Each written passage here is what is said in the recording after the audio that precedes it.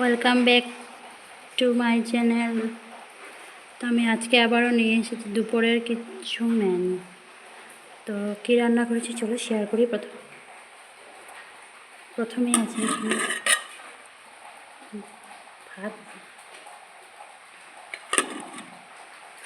তারপর এখানে আছে দেখুন কারকোল ফুল করেছি শীতল দিয়ে, আমরা মানে ড্রাই ফিশ বলে, তো আমরা তো বলি শীতল শুটকি এরকম বলি শীতল।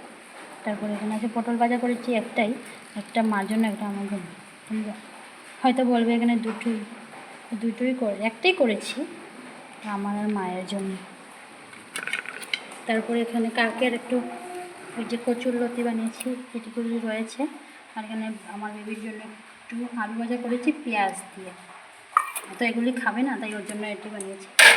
তারপর এখানে আছে ডাল, মুগ ডাল, আস্তে আস্তে মুগ হয় না, এগুলিকে কড়াইয়ের মধ্যে ভেজে তারপর গ্রাইন্ডারে পেস্ট করে তারপর এগুলোকে মাছের মাথা দিয়ে এই যে বানিয়েছি। জানি না খেতে কেমন হবে, এরকম তো আস্তে আস্তে মুগ তো আমরা তো খাইনি, আমরা তো এমনি খেয়েছি,